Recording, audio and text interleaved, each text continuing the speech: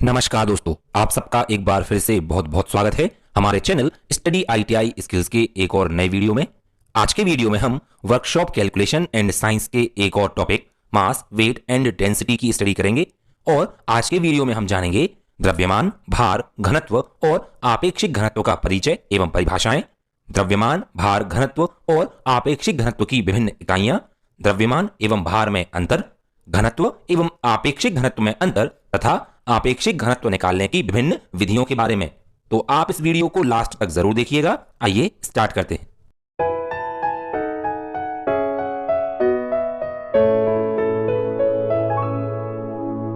आइए सबसे पहले जानते हैं मास यानी कि द्रव्यमान के बारे में। किसी वस्तु में पदार्थ की मात्रा को द्रव्यमान या संहति यानी कि मास कहते हैं। द्रव्यमान को सामान्यतः स्मॉल m से दर्शाते हैं। मास या द्रव्यमान की निम्नलिखित इकाइयां होती हैं। MKS या SI सिस्टम में इसकी इकाई किलोग्राम होती है, जिसे हम शॉर्ट में kg लिखते हैं। CGS सिस्टम में इसकी इकाई ग्राम होती है, जिसे शॉर्ट में GM या G लिखते हैं। FPS सिस्टम में इसकी इकाई पौंड होती है, जिसे हम शॉर्ट में LB लिखते हैं। आइए अब बात करते हैं भार यानी कि वेट की। जब किसी वस्तु के द्रव्यमान को हम गुरुत्वीय त्वरण यानी कि ग्रेविटेशनल फोर्स से गुणा करते हैं तो हमें वस्तु का भार प्राप्त होता है। वस्तु के भार को सामान्यतः W से दर्शाते हैं।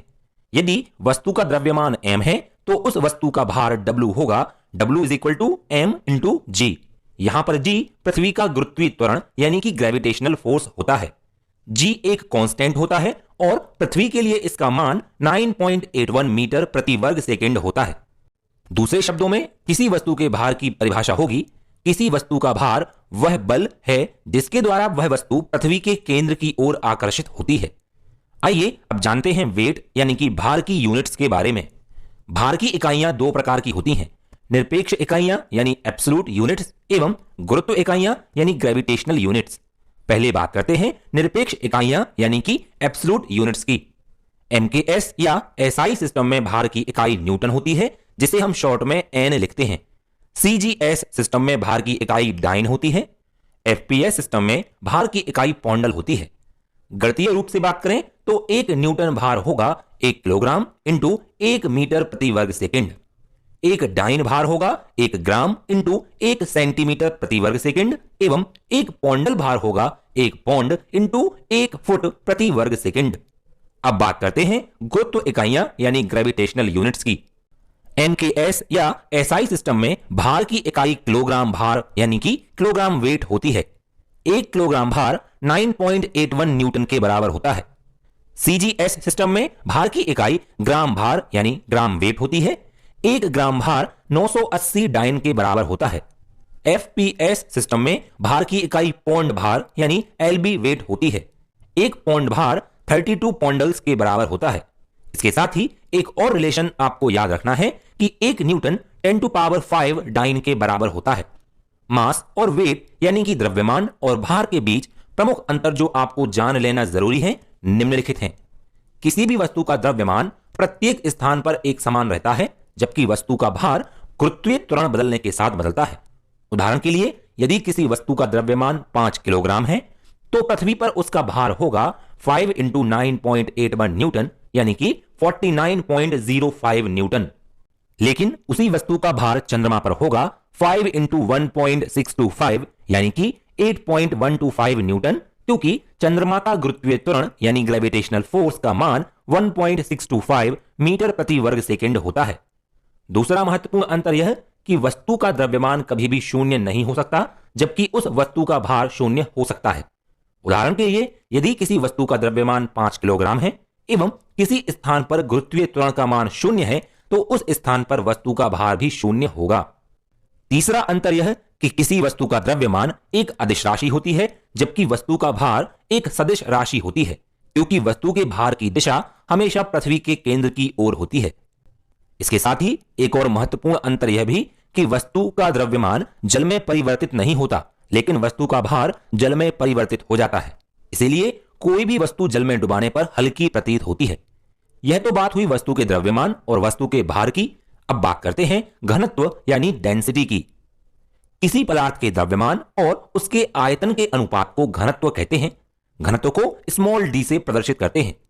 गणितीय रूप से घनत्व होता है घनत्व बराबर द्रव्यमान बटे आयतन, यानी कि D = m/v। घनत्व की निम्नलिखित इकाइयां होती हैं। MKS या SI सिस्टम में घनत्व की इकाई किलोग्राम प्रति घन मीटर होती है। CGS सिस्टम में घनत्व की इकाई ग्राम प्रति घन सेंटीमीटर होती है एवं FPS सिस्टम में घनत्व की इकाई पौंड प्रति घन फीट होती है।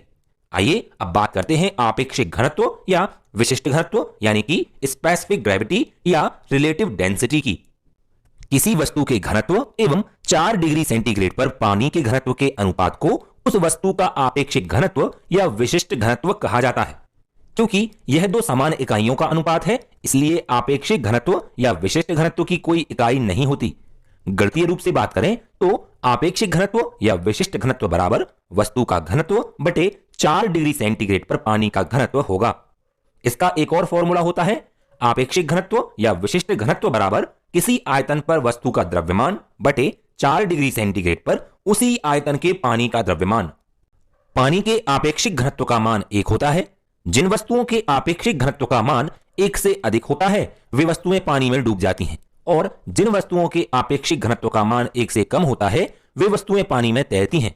यहां टेबल में कुछ पदार्थों के आपेक्षिक घनत्व का मान दर्शाया गया है। डीजल एवं पेट्रोल का आपेक्षिक घनत्व का मान 1 से कम है, इसलिए डीजल एवं पेट्रोल पानी पर तैरते हैं। टेबल में दिखाए गए जिन पदार्थों के आपेक्षिक घनत्व का मान 1 से अधिक है वे पदार्थ पानी में डूब जाएंगे। आइए अब बात करते हैं आपेक्षिक घनत्व निकालने की विधियों के बारे में। आपेक्षिक घनत्व निकालने के लिए मुख्य रूप से 2 विधियों का प्रयोग किया जाता है, आर्किमिडीज के सिद्धांत द्वारा एवं हाइड्रोमीटर द्वारा। आइए इनको एक एक करके संक्षेप में जानते हैं। सबसे पहले बात करते हैं आर्किमिडीज के सिद्धांत की। आर्किमिडीज के सिद्धांत के अनुसार जब किसी ठोस पदार्थ को किसी द्रव में आंशिक या पूर्ण रूप से डुबाया जाता है तो उस पदार्थ के भार में कमी आती है, और यह कमी उस ठोस पदार्थ द्वारा हटाए गए द्रव के भार के बराबर होती है। गणितीय रूप से आर्किमिडीज के सिद्धांत को इस तरह से लिखा जा सकता है कि किसी द्रव पदार्थ में ठोस का वजन बराबर ठोस का कुल वजन माइनस ठोस द्वारा विस्थापित द्रव का वजन। इस फॉर्मूले के द्वारा ज्ञात करने पर यदि द्रव में ठोस के वजन का मान धनात्मक होता है तो वह ठोस द्रव में डूब जाएगा, एवं यदि इसका मान 0 या ऋणात्मक हो तो वह द्रव पर तैरेगा। ऐसे ठोस पदार्थ जो कि पानी में घुलते नहीं हैं, उनका आपेक्षिक घनत्व निकालने के लिए निम्न सूत्र का प्रयोग किया जाता है। आपेक्षिक घनत्व बराबर ठोस का हवा में भार बटे पानी में ठोस के भार में कमी।